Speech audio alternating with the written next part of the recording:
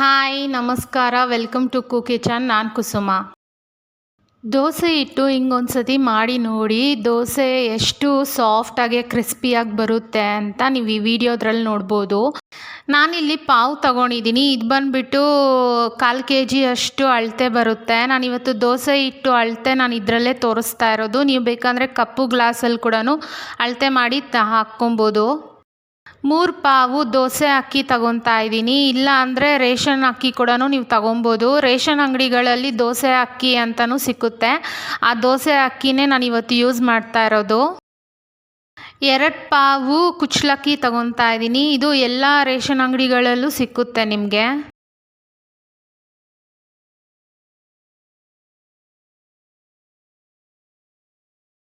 1 ಪಾವು ಉದ್ದಿನ ಕಾಳು ತಗೊತಾ ಇದ್ದೀನಿ.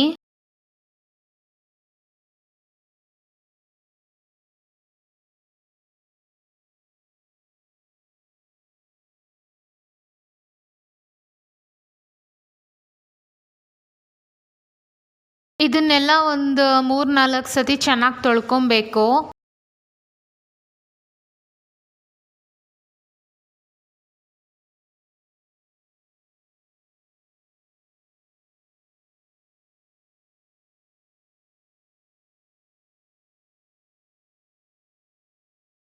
ಒಂದು ಹಿಡಿಯಷ್ಟು ಕಡಲೆಬೇಳೆ ಹಾಕ್ಕೊತಾ ಇದ್ದೀನಿ. ಇದನ್ನೇನು ತೊಳೆಯೋದೇನು ಬೇಕಾಗಿಲ್ಲ. 1 ಸ್ಪೂನು ಮೆಂತ್ಯ ಕಾಳು ಹಾಕ್ಕೊತಾ ಇದ್ದೀನಿ.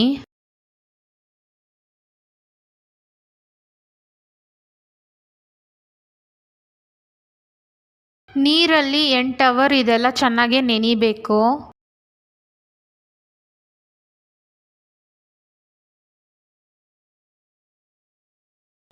ಅವರ್ ಇವಾಗ ಅಕ್ಕಿ ತುಂಬ ಚೆನ್ನಾಗಿ ನೆಂದಿದೆ.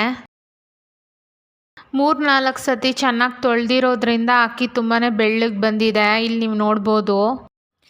ದೋಸೆ ಹಿಟ್ಟನ್ನು ನಾನು ಮನೆಯಲ್ಲಿ ರುಬ್ತಾ ಇಲ್ಲ. ನಮ್ಮ ಮನೆ ಹತ್ರ ದೋಸೆ ಮತ್ತು ಇಡ್ಲಿ ಹಿಟ್ಟನ್ನು ರುಬ್ಕೊಡೋ ಮಿಷಿನ್ ಇದೆ. ಅವ್ರು ತುಂಬ ಚೆನ್ನಾಗೇ ನೀರು ಕಡಿಮೆ ಹಾಕಿ ನೈಸಾಗೆ ತುಂಬಾ ಗಟ್ಟಿಯಾಗಿ ರುಬ್ಕೊಡ್ತಾರೆ. ನಂಗೆ ಅದು ತುಂಬಾ ಇಷ್ಟ ಆಗುತ್ತೆ. ಅದರಿಂದ ನಾನು ಅಲ್ಲೇ ಕೊಟ್ಟು ಕಳಿಸ್ತಾ ಇದ್ದೀನಿ.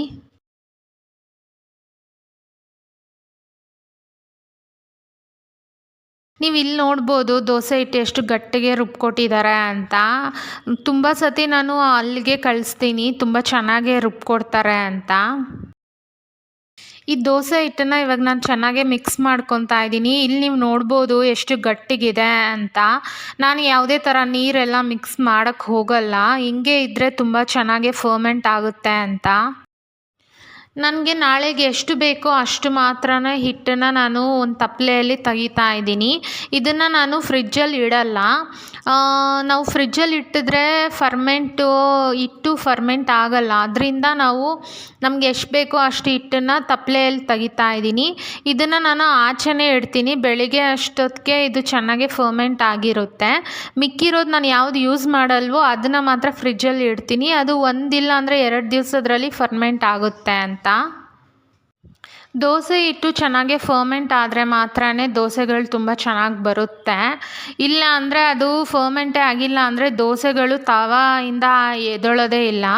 ಅದರಿಂದ ನಾನು ಒಂದು 6-8 ಅವರನ್ನು ಹಿಟ್ಟನ್ನು ಫರ್ಮೆಂಟ್ ಮಾಡ್ತೀನಿ. ಇಲ್ಲಿ ನೀವು ನೋಡ್ಬೋದು ದೋಸೆ ಹಿಟ್ಟು ಎಷ್ಟು ಚೆನ್ನಾಗಿ ಫರ್ಮೆಂಟ್ ಆಗಿದೆ ಅಂತ.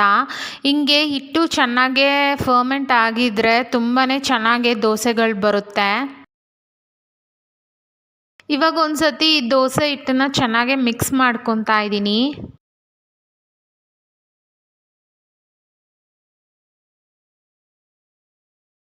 ದೋಸೆ ಹಿಟ್ಟಿಗೆ ನೀರು ಹಾಕ್ಕೊಂಡು ಕಲಿಸ್ತಾ ಇದ್ದೀನಿ. ನಾವು ಒಂದೇ ಸತಿ ನೀರು ಜಾಸ್ತಿ ಹಾಕಿ ಕಲ್ಸೋಕ್ಕೆ ಹೋಗಬಾರ್ದು.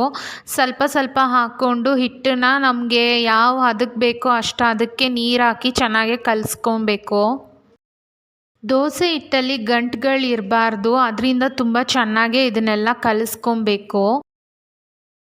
ದೋಸೆ ಹಿಟ್ಟು ಗಟ್ಟಿಯಾಗೂ ಇರಬಾರ್ದು, ತುಂಬಾ ನೀರಾಗೂ ಇರಬಾರ್ದು. ನಾನಿಲ್ಲಿ ತೋರಿಸ್ತಾ ಇದ್ದೀನಿ ನೋಡಿ. ದೋಸೆ ಹಿಟ್ಟು ಹಿಂಗೆ ಇರಬೇಕು. ಆವಾಗ ದೋಸೆಗಳು ತುಂಬಾ ಚೆನ್ನಾಗಿ ಕ್ರಿಸ್ಪಿಯಾಗಿ ಬರುತ್ತೆ. ದೋಸೆ ಹಿಟ್ಟಿಗೆ ಇವಾಗ ನಾನು ಸ್ವಲ್ಪ ಇಲ್ಲಿ ಉಪ್ಪು ಸೇರಿಸ್ತಾ ಇದ್ದೀನಿ. ಇವಾಗ ಇದನ್ನು ಚೆನ್ನಾಗೇ ಮಿಕ್ಸ್ ಮಾಡ್ಕೊತಾ ಇದ್ದೀನಿ. ದೋಸೆ ಹಿಟ್ಟಲ್ಲಿ ಉಪ್ಪು ಚೆನ್ನಾಗೇ ಮಿಕ್ಸ್ ಆಗಲಿ ಅಂತ ಒಂದು 5 ನಿಮಿಷ ಹಂಗೆ ಬಿಟ್ಬಿಟ್ರೆ ಚೆನ್ನಾಗಿ ಉಪ್ಪೆಲ್ಲ ಚೆನ್ನಾಗಿ ಮಿಕ್ಸ್ ಆಗಿರುತ್ತೆ. ಆಮೇಲೆ ದೋಸೆಗಳನ್ನ ಹಾಕ್ಕೊಬೋದು. ಇವಾಗ ನಾನು ತವ ಇಟ್ಟಿದ್ದೀನಿ. ನಾನು ಸ್ಟವ್ನ ಹೈ ಫ್ಲೇಮಲ್ಲೇ ಇಟ್ಟಿದ್ದೀನಿ. ಯಾವಾಗೂ ಅಷ್ಟೇ ದೋಸೆಗಳು ಹಾಕೋವಾಗೆ ತವ ತುಂಬ ಚೆನ್ನಾಗೇ ಬಿಸಿಯಾಗಿದ್ದರೆ ದೋಸೆಗಳು ತುಂಬ ಕ್ರಿಸ್ಪಿಯಾಗಿ ಬರುತ್ತೆ. ತುಂಬ ಚೆನ್ನಾಗಿ ಕಲರ್ ಕೂಡ ಬರುತ್ತೆ. ಇವಾಗ ದೋಸೆ ಹಿಟ್ಟು ಹಾಕ್ಕೊಳ್ಳೋಣ. ದೋಸೆ ಹಿಟ್ಟು ಯಾವಾಗೂ ಹಾಕೋವಾಗೆ ಒಂದೇ ಡೈರೆಕ್ಷನಲ್ಲೇ ನಾವು ರೌಂಡ್ ಮಾಡಬೇಕು. ಇಲ್ಲಾಂದರೆ ಆಪೋಸಿಟ್ ಡೈರೆಕ್ಷನಲ್ಲಿ ಮಾಡೋಕ್ಕೆ ಹೋದರೆ ತುಂಬಾ ಹಿಟ್ಟು ಜಾಸ್ತಿ ಒಂದೇ ಕಡೆಯಲ್ಲಿ ಹಂಗೆ ಇದ್ಬಿಡುತ್ತೆ. ಆವಾಗೆ ತುಂಬಾ ಕ್ರಿಸ್ಪಿಯಾಗಿ ಬರೋಲ್ಲ. ಅದರಿಂದ ತವ ಮೇಲೆ ಸ್ವಲ್ಪ ಬೇಗನೆ ಕೈ ಆಡಿಸಿದ್ರೆ ದೋಸೆ ತುಂಬ ಕ್ರಿಸ್ಪಿಯಾಗಿ ಚೆನ್ನಾಗಿ ಬರುತ್ತೆ. ಇಲ್ಲಿ ನೀವು ನೋಡ್ಬೋದು ದೋಸೆ ಹಿಟ್ಟು ಎಷ್ಟು ಚೆನ್ನಾಗಿ ತವಾನ ಬಿಡ್ತಾ ಇದೆ ಅಂತ. ಒಂದೊಂದು ಸತಿ ದೋಸೆ ಹಿಟ್ಟು ತವಾಗೇನೆ ಮೆತ್ಕೊತಾ ಇದೆ ಅಂದರೆ ಸ್ವಲ್ಪ ಈರುಳ್ಳಿ ಮತ್ತು ಎಣ್ಣೆನ ಉಜ್ಕೊಳ್ಳಿ. ಆವಾಗ ಈಸಿಯಾಗೆ ದೋಸೆ ಆದಷ್ಟು ಅದೇ ಬಿಟ್ಕೊಳುತ್ತೆ ತವಾನ. ಇಲ್ಲಿ ನಾನು ಯಾವುದೇ ಥರ ಈರುಳ್ಳಿ ಏನೂ ಯೂಸ್ ಮಾಡ್ದಿರಾನೇ ಇಲ್ಲಿ ನೀವು ನೋಡ್ಬೋದು ಎಷ್ಟು ಚೆನ್ನಾಗಿ ದೋಸೆಗಳು ಬರ್ತಾ ಇದೆ ಅಂತ.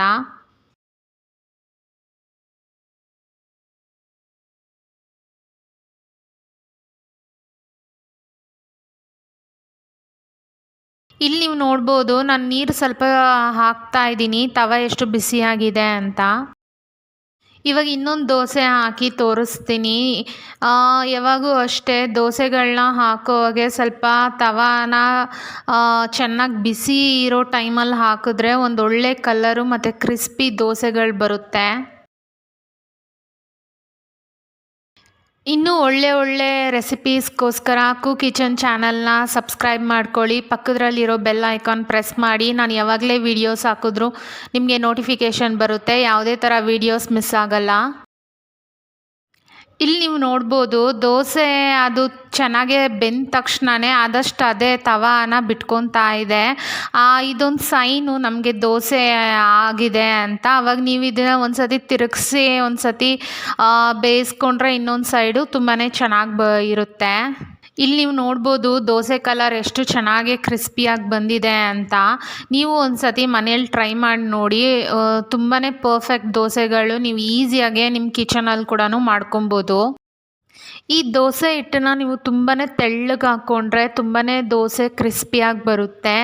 ಇಲ್ಲ ನಮಗೆ ದೋಸೆ ತುಂಬಾ ಸಾಫ್ಟಾಗಿ ಬೇಕು ಅಂದರೆ ಈ ದೋಸೆ ಹಿಟ್ಟನ್ನು ಮಂದವಾಗಿ ಹಾಕ್ಕೊಂಡ್ರೆ ದೋಸೆ ತುಂಬಾ ಸಾಫ್ಟಾಗಿ ಬರುತ್ತೆ. ನಿಮ್ಮ ಚಾಯ್ಸು, ನಿಮ್ಗೆ ಹೆಂಗೆ ಬೇಕಂದರೆ ಹಾಗೆ ನೀವು ದೋಸೆಗಳನ್ನ ಹಾಕ್ಕೊಬೋದು.